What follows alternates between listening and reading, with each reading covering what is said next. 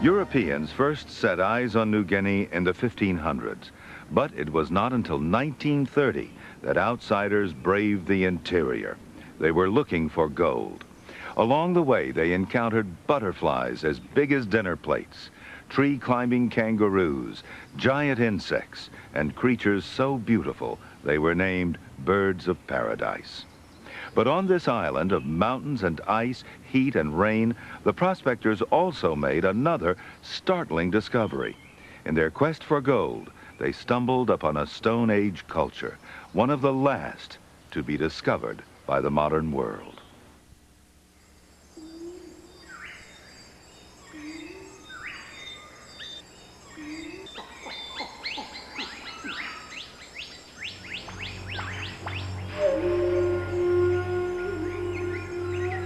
Voices echo in these forests, voices strange and unexpected.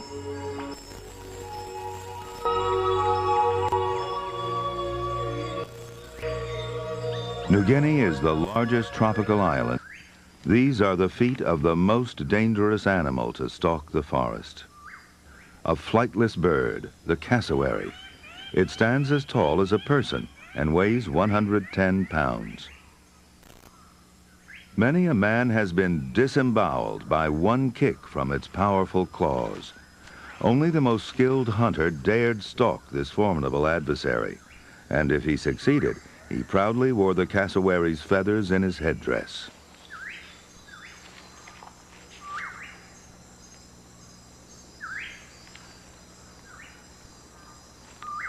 The absence of large predators makes the forest floor safe for the cassowary, and another striking but less formidable bird.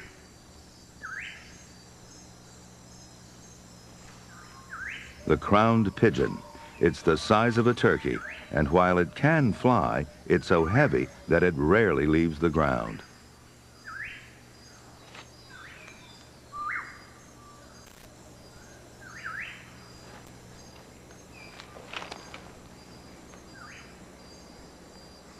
Megapodes, too, are quite big and fly as little as possible.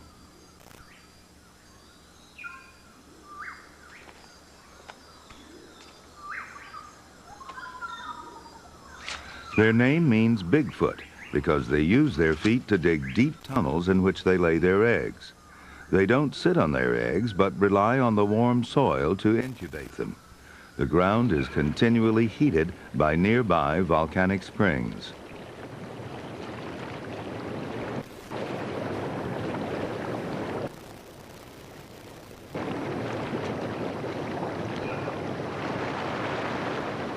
Because there are so few predators here, megapode eggs are left unprotected, but they're not completely safe.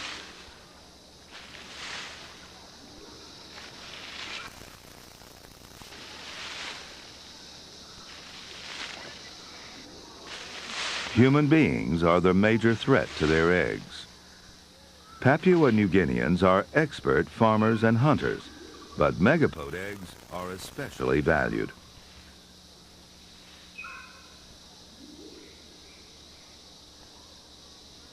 In a land where protein is scarce, these eggs, because of their size, are more coveted than the eggs of other birds. Wrapping them in palm leaves ensures a safe journey back to the village.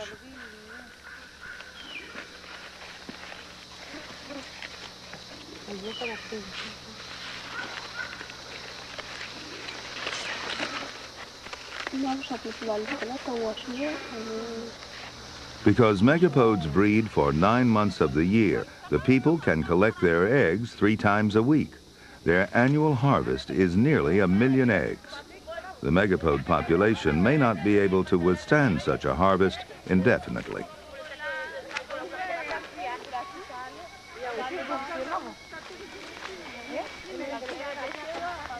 These people and the unique wildlife that surrounds them live in one of the last untouched rainforests in the world.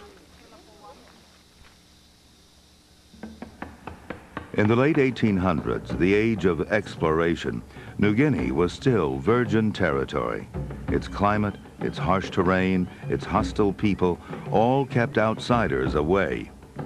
But after expeditions had climbed the Alps, conquered the Himalayas, and penetrated the Amazon, white adventurers turned their eyes to New Guinea. The Dutch grabbed the western half of the island, and the Germans, the British, and the Australians fought over the rest. After establishing themselves on the coast, the Europeans began to look inland. One early naturalist spoke in awe of the place as he wrote, "The very mention of being taken into the interior of New Guinea sounds like being allowed to visit the enchanted regions of the Arabian Nights."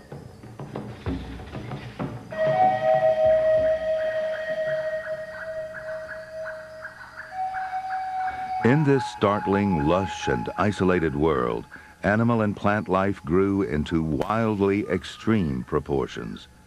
Naturalists swarmed to New Guinea, eager to record everything.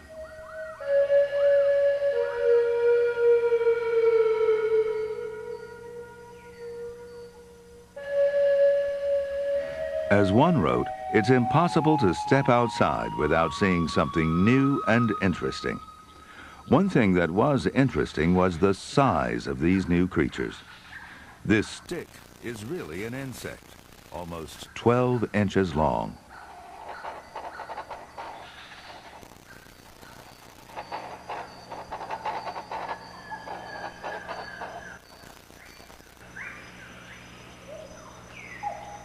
One foot from wingtip to wingtip, the Hercules moth is the biggest moth in the world.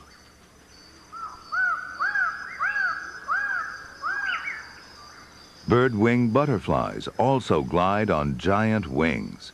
With a wingspan of 10 inches, they're the world's largest butterflies.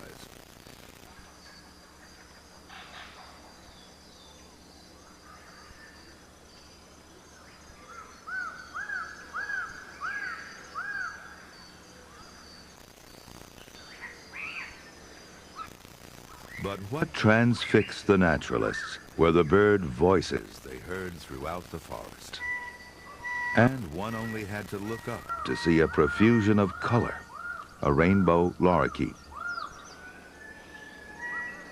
a great cuckoo dove. The natives believed if one dreamed of lorikeets or doves, one is dreaming of men. But to dream of women, one must have dreams of the birds of paradise. There are 38 species in the world, and most of them are found in New Guinea.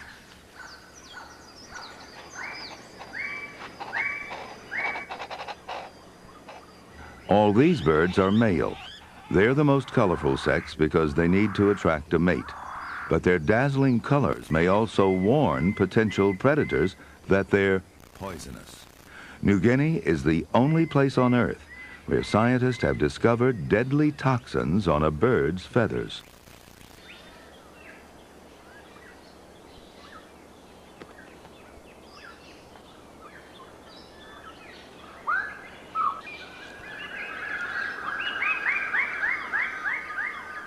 These lesser birds of paradise are displaying on a communal tree.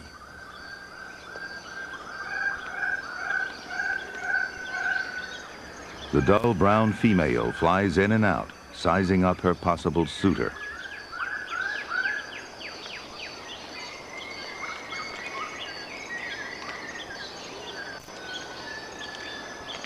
She chooses the best performer as her mate.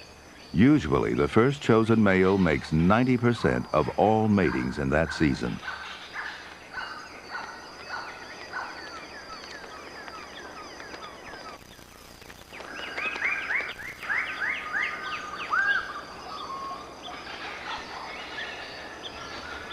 New Guineans believe a woman's soul changes into a bird of paradise. The birds are black and brown, the color of a woman's skin. The display plumes are like skirts, and the new plumes are beautiful, like a young girl. That is why dreaming of birds of paradise is to dream of women.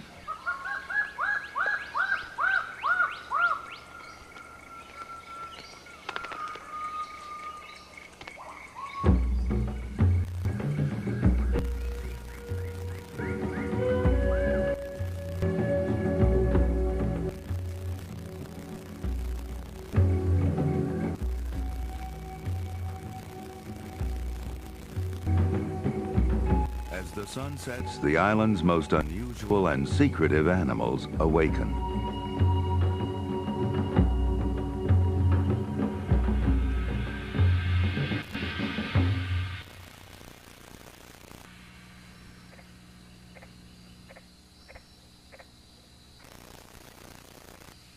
The spotted cuscus, a possum, has a surprisingly colorful coat for an animal that only emerges after dark.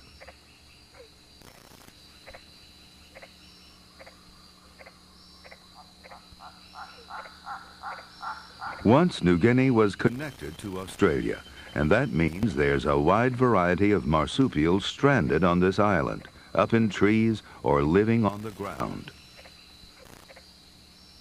This ground cuscus spends the day hiding in a hollow tree and has now emerged in search of a snack.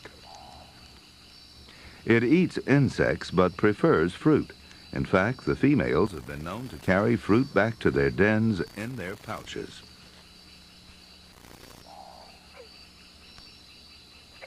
Most of the marsupials here are slightly different from their Australian relatives because these marsupials are adapted to survive in rainforest, which is rare in Australia.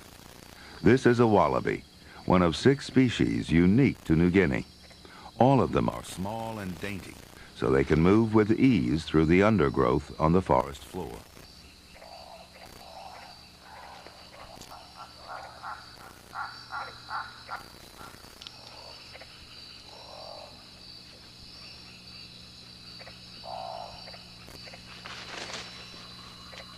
This looks like an ordinary mouse, but it too is a marsupial. It's a spiny Echinoptera, a type of tiny bandicoot.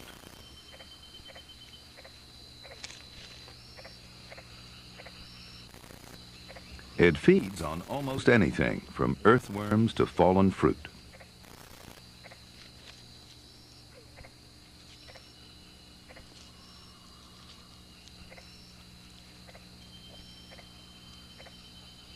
Other forest animals are more particular about what they eat.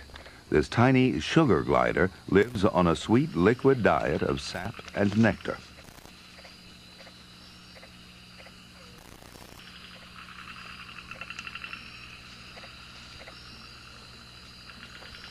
Feeding sites are usually spread far apart. So to get to them, the sugar glider sails from tree to tree.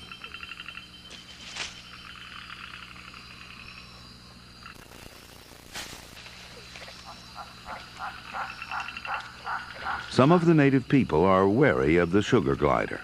They believe sorcerers transformed themselves into this animal to spy on their victims.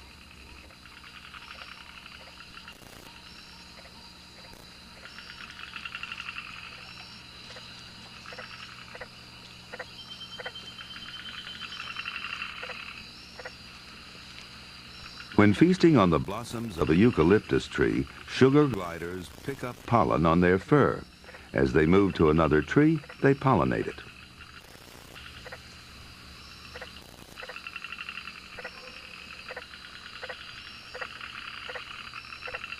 But the most numerous pollinators are bats, a blossom bat searching for nectar in a banana flower.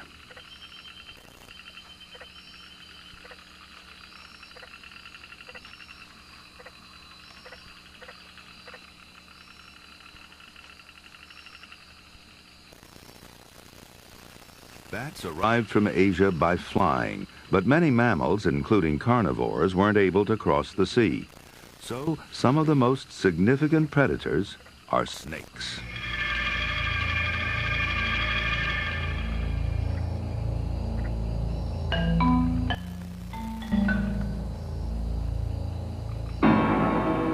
A brown cat snake.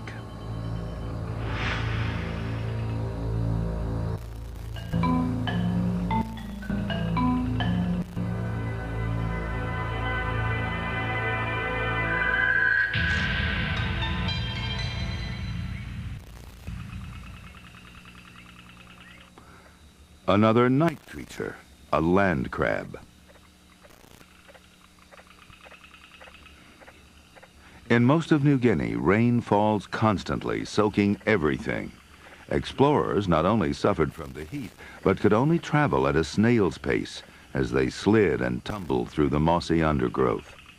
These humid conditions, however, are ideal for land crabs, and New Guinea is crawling with them. Land crabs scavenge vegetable matter from the forest floor, and their diet serves them well. Some grow to the size of footballs.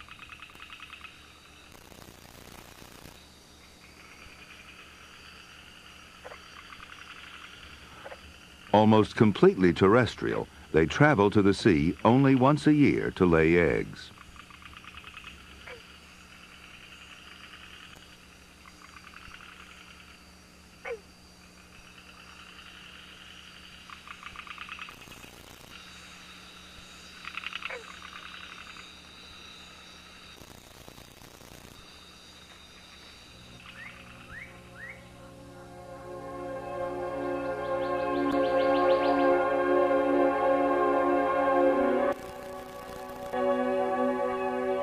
In the 1930s, Papua New Guinea was still a territory of Australia. Its colonial governor was determined to explore all the uncharted areas in his domain. So he sent out small patrols to scout this unknown region. The area they had to cover was a blank place on the map, the size of South Carolina.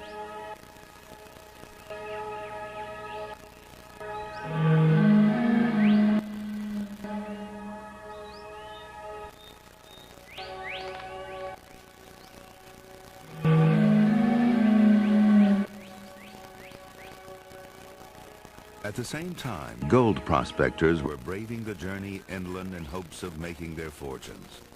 Australian Mick Leahy was one of them. Young and robust, he was undaunted by the challenges of these formidable jungles, although he knew they were dangerous. He wrote in his journal, "We saw a young chap come down the opposite side of the river. We thought he would cross the river on the swing bridge. We walked to greet him. By the time we reached the river, he had disappeared. His dog, wet and battered, was found downriver. No trace was ever found of the young chap's body. A person making a first crossing who did not know the strength of New Guinea's streams could step into the river and be immediately engulfed and swept away."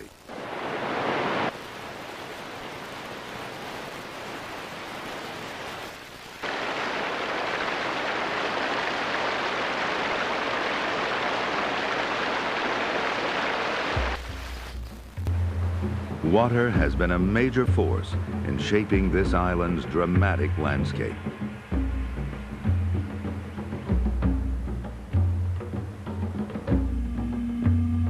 This is karst, a type of limestone that has been partially dissolved, creating vertical walls and jagged spires. Early explorers called these limestone cliffs a universe of death. One patrol took 10.5 hours to go a mere 300 yards. The patrol leader wrote, "It's a frightful stretch of country. The rock stands on end and forms craters large and small, and every step has to be watched, for the limestone edges are as sharp as broken glass." After 10 days of grueling travel, the patrol's rations ran out. Just in time, the limestone gave way to a less treacherous terrain. They found an underground cave filled with bats and gratefully devoured them.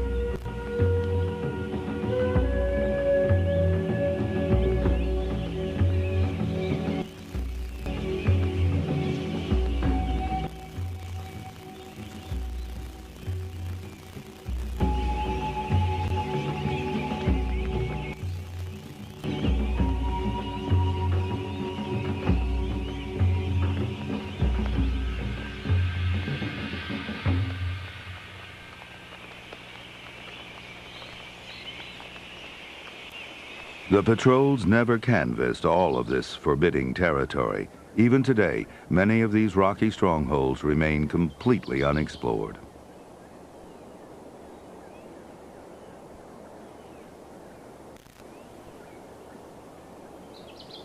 This region is called the Highlands, a stretch of mountains which cuts through the heart of New Guinea for 1,000 miles.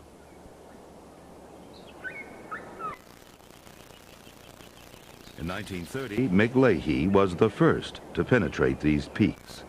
He was on a quest for gold, but he discovered much more. He hired coastal natives to carry guns, medicines, and most importantly, a 16mm movie camera.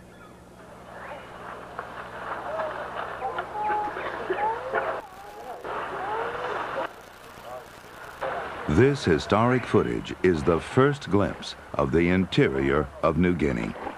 The terrain proved even more difficult than expected. They scaled one ridge only to find another, crossing mountain after mountain.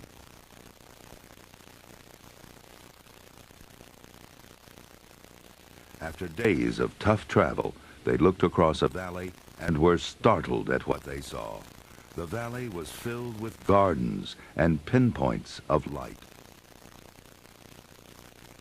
And people, tens of thousands of people. The prospectors had unwittingly stumbled upon the last great unknown culture of the modern world.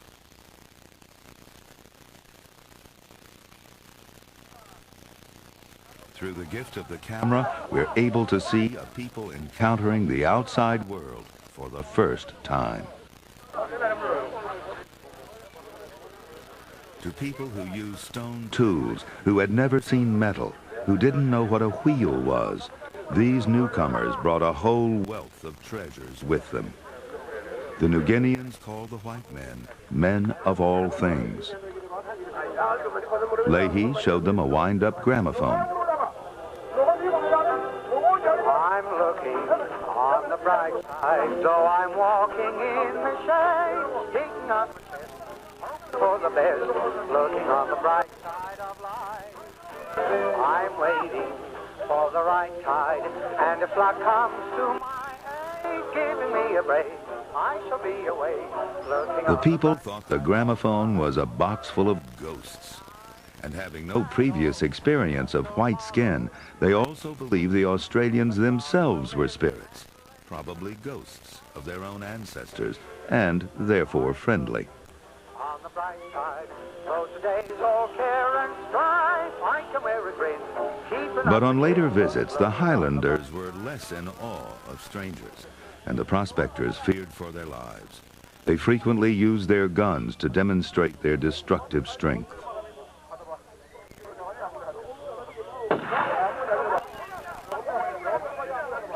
Although Leahy was one of the more enlightened of the European invaders, his unit still managed to kill almost 50 of the Highlanders. Other explorers had no such humanitarian compunctions. They felt they could only make it through the jungle by killing their way through. The native people retaliated by attacking all newcomers, earning a reputation for ferocity. In spite of outside influence, the fierce Highland people maintain their traditional lifestyle to this day. These are the Dani, the last major Highland tribe to be discovered in New Guinea. They live in the western half of the island in the Indonesian province of Irian Jaya. The Indonesians tried to force them to give up their traditions, including their unusual penis sheaths, but the Dani refused. This dance celebrates victory in a tribal dispute.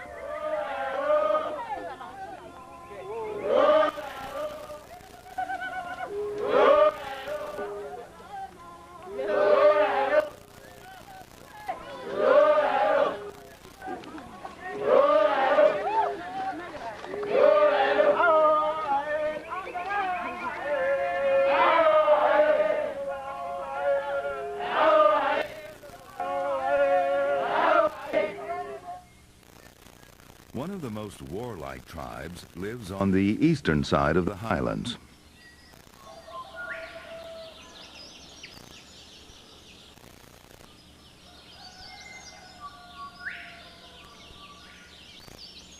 Deep in the forest, smoke rises from the homesteads of the Huli people.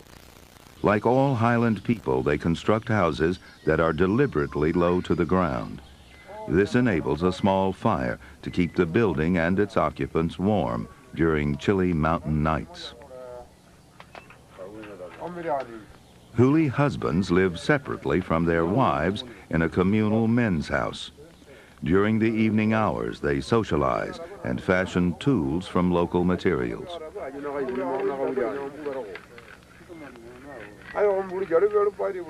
Within the living memory of these men, stone axes were the best available tool.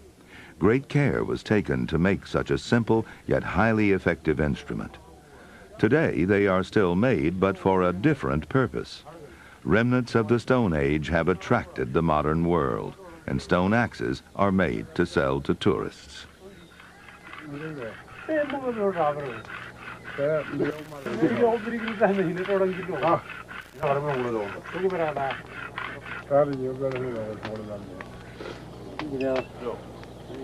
Male solidarity is strong among Huli men. They keep their interactions with women at a minimum. Too much contact is considered potentially dangerous to a man. In this region where fighting is constant, training in the arts of war is their major preoccupation. The Huli also cultivated another form of art.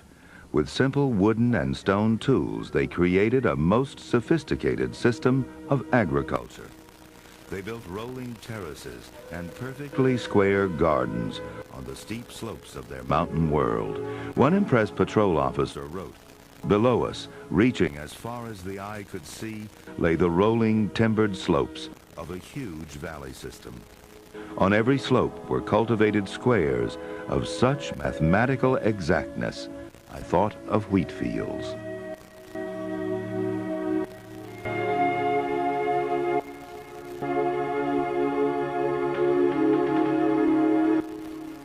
There is archaeological evidence that gardening began here 10,000 years ago. That would make New Guineans among the first farmers on Earth.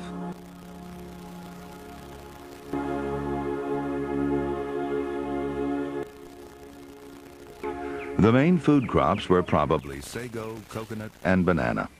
The European introduction of sweet potato revolutionized life in the highlands. These Huli women are digging for its tubers.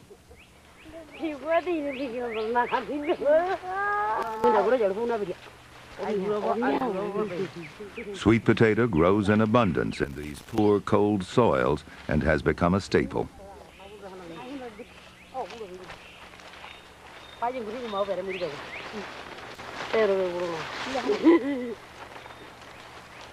The success of the sweet potato has enabled the people to raise more livestock.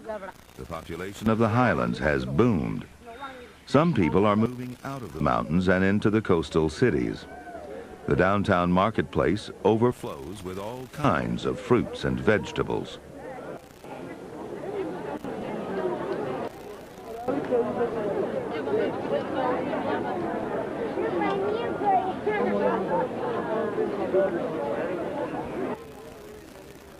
Foods from nearby forests also add to the variety. Karuka nuts and marita fruit are from different species of wild palm trees.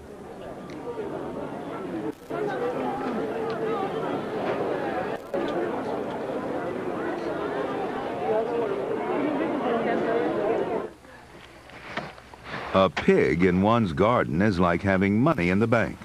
Pigs have long been prized in the highlands. They're a source of wealth, status, and bargaining power.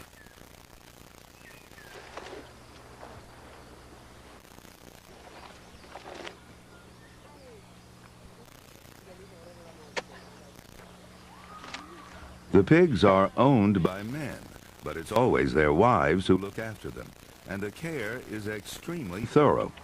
During the day, the pigs accompany the women to work in the gardens, and even at night, they remain by their sides.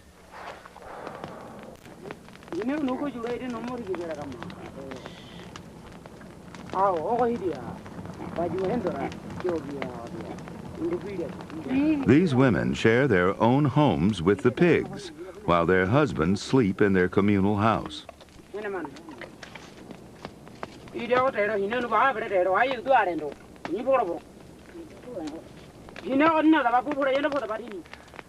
The evening meal is roasted sweet potato, to be shared among all the members of the household, human and animal alike.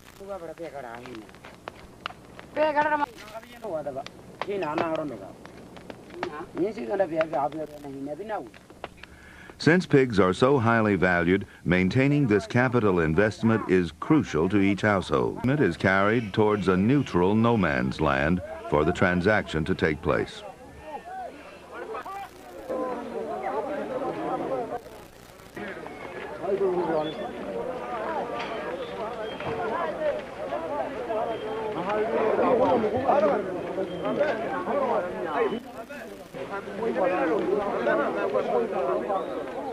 Behind the pork bearers are warriors. They're heavily armed. They take no chances when meeting with their enemies, who are also carrying lethal weapons.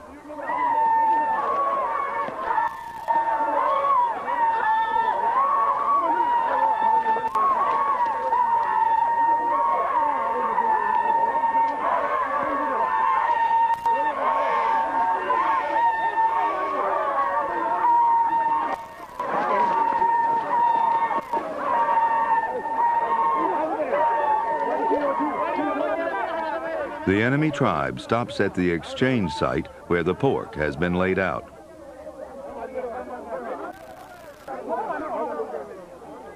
One wrong move could ignite another battle.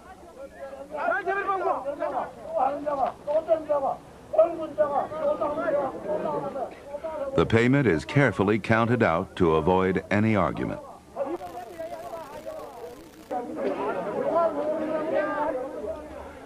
They have accepted their reward and rush in for the take.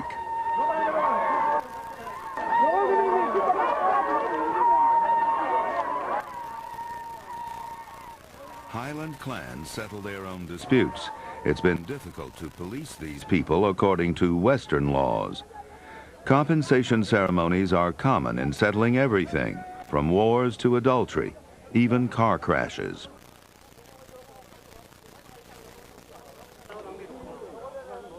These days, the payments may involve cash or crates of beer, but pigs are still the commodity most valued, partly because they're a good excuse for a feast.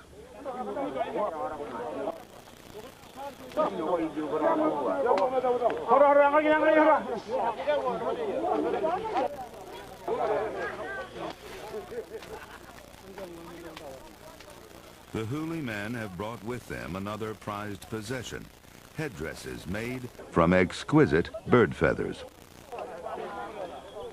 Only the most experienced men are allowed to make these ceremonial feather wigs, and only then by following strict customs. The headdresses are believed to offer ancestral ghosts a permanent place to reside. The headdresses are an integral part of the men's lives, and these warriors often travel far from their homes to obtain the necessary feathers from the birds of paradise.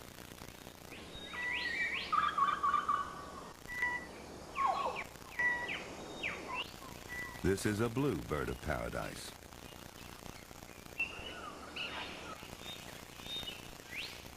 In the early morning, its calls to attract a mate ring through the trees, making it easy to find.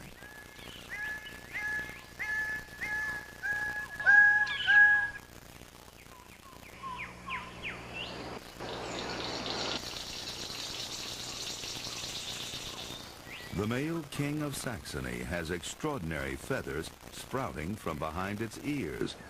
He's a cautious bird, difficult to catch, which makes his plumes even more treasured by the hunters.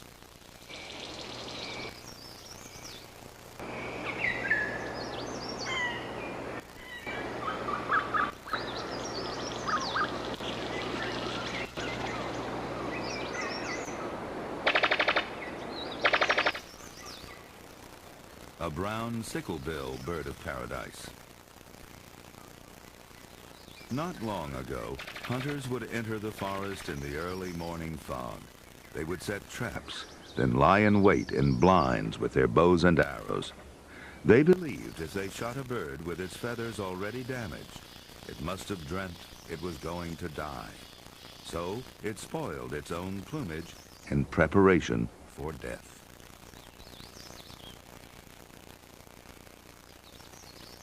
These long plumes of the ribbon-tailed Astrapia are still especially coveted.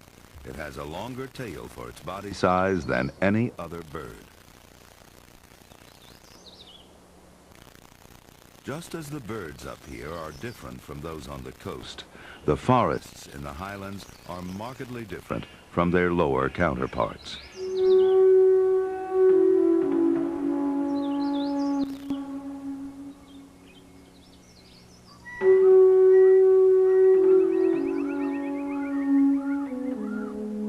Drops of water dance on the breeze, drenching everything with moisture.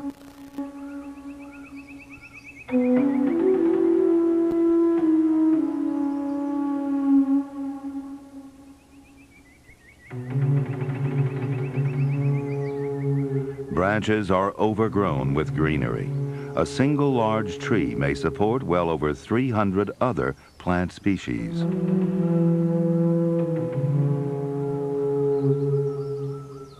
Some of them are orchids, which do especially well in the clammy conditions.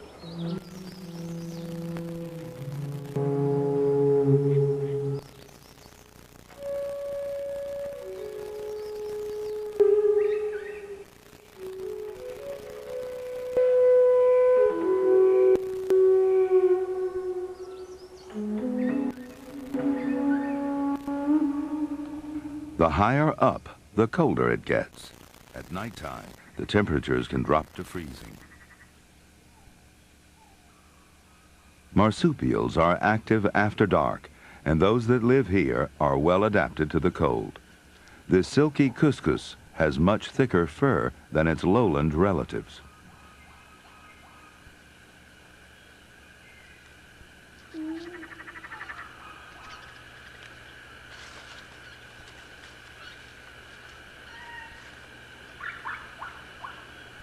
An old native legend holds that this strange mammal could transform into an even stranger one, the long-beaked echidna. This is a mammal, but it also lays eggs. It's related to the only other mammal to lay eggs, the duck-billed platypus. It's spiny like the hedgehog, but the spines are covered in dense insulating fur. The long-beaked echidna is a throwback to the old age of the marsupials. Snuffling along, looking for worms, it's unaware that it's out of step with the rest of the world. The thick carpet of moss hides beetles, but the striped possum has no trouble sniffing them out.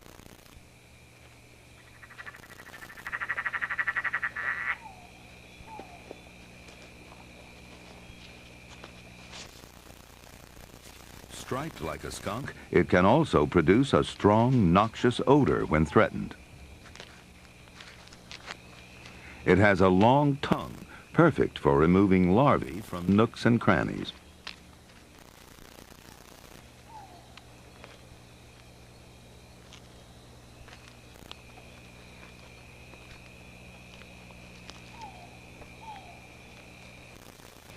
This one has found a meal in a fallen log, a beetle grub.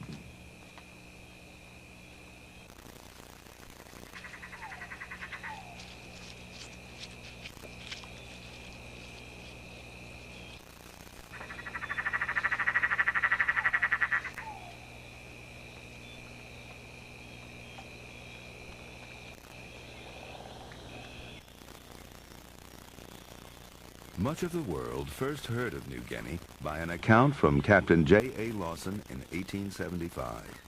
By this time, Europe was already jaded with the accounts of its voyagers and could only be aroused by news of the extraordinary. Lawson traveled around New Guinea for 7 months and soon afterward published a book. In it, he boasted of making more earth-shattering discoveries than anyone else in his day.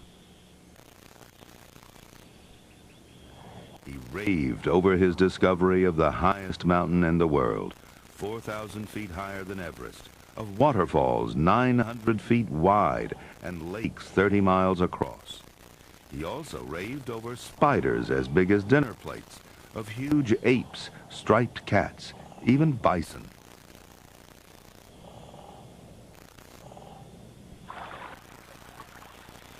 Captain Lawson described ferns with black fronds and trees measuring 84 feet around. There were giant crimson lilies that left their perfume on a person for hours on end. To top it off, he claimed New Guinea was covered with daisies the size of sunflowers.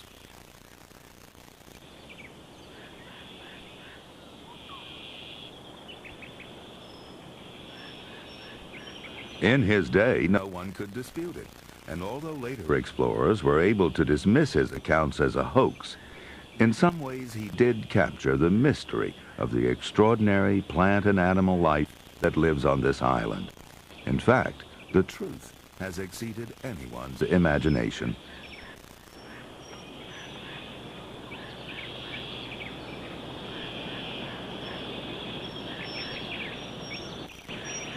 In the quiet woodlands, a black-throated honey-eater takes nectar from an umbrella tree.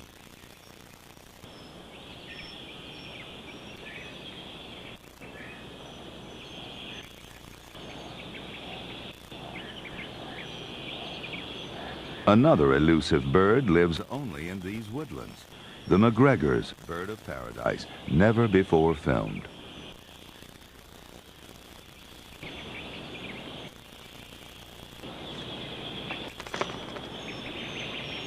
In these high altitudes, there are even parrots, like these plum-faced lorikeets.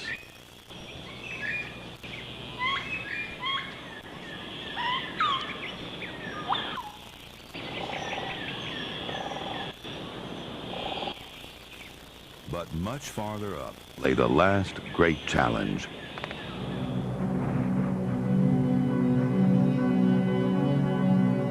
New Guinea's mountains are bold, intimidating, and draw explorers like a magnet. But after many failed attempts, some explorers realize they aren't made of iron, and that it takes great strength and willpower to make it into the clouds. The ultimate conquest is New Guinea's highest mountain, Mount Jaya. At more than 16,000 feet, it's the highest peak between the Andes and the Himalayas.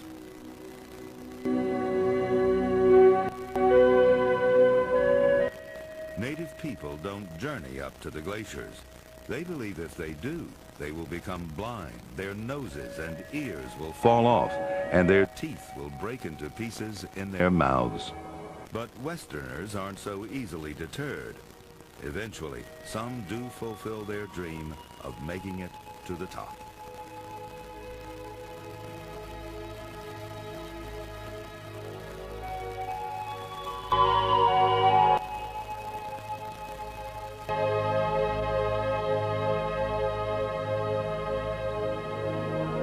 Those who dream of finding a fortune in minerals are not disappointed either.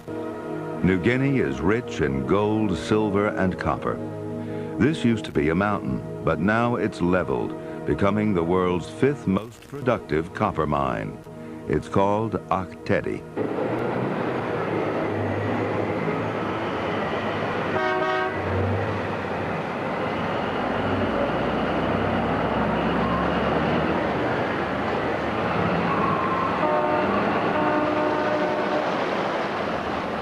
In this remote region, the 20th century has thrust itself into a Stone Age world. Giant trucks, each weighing more than 100 tons, flatten what was once a pristine landscape.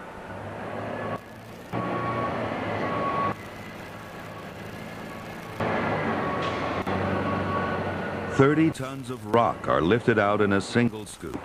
150,000 tons of mountainside disappear every day."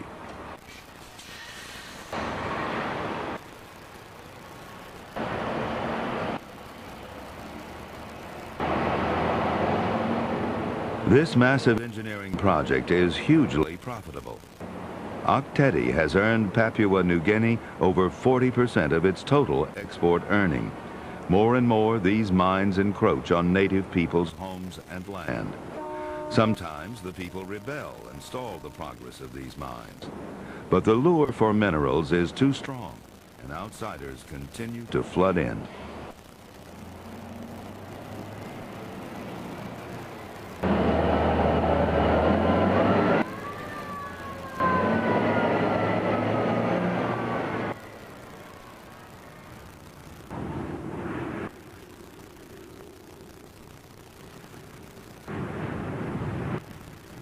The new arrivals to this island brought even more cultures and languages, but most importantly, they brought air travel. Helicopters and planes have been the major force in opening up the highlands. They bridge together the old world with the new instantly. Air transport is the only sure way to get through New Guinea's jungles and mountains, and there are nearly 500 airports.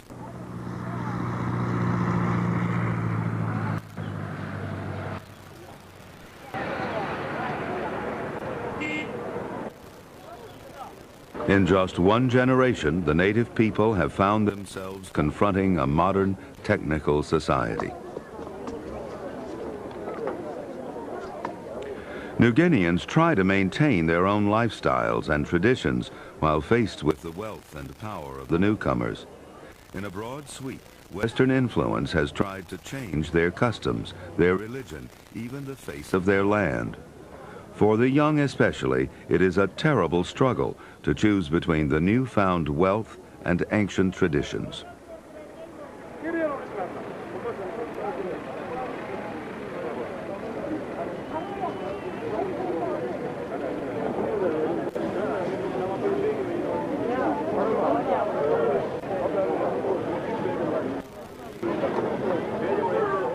Today, thousands of Highlanders have come out of the mountains and into the coastal cities, and for the first time, people from the coast are meeting people from the interior.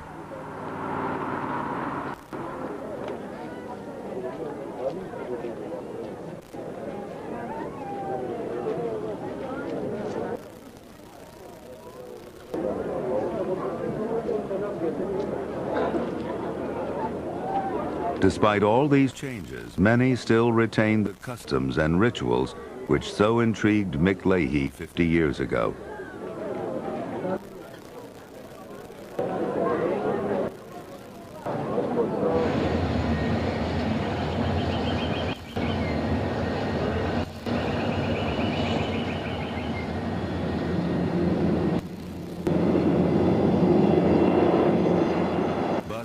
The airplane that enabled Leahy to make his fortune.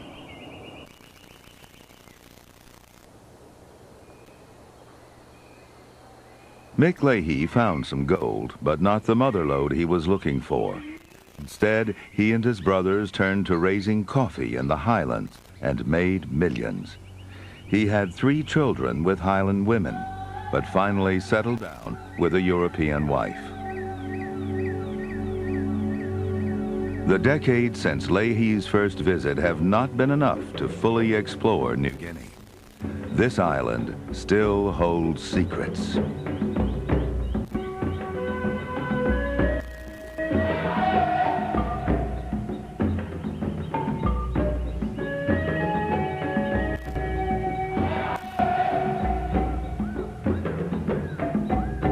New Guinea has given us a great gift. The ability to witness progressive change over thousands of years in a single instant, of seeing ancient Stone Age life and modern-day existence in just a blink of the eye.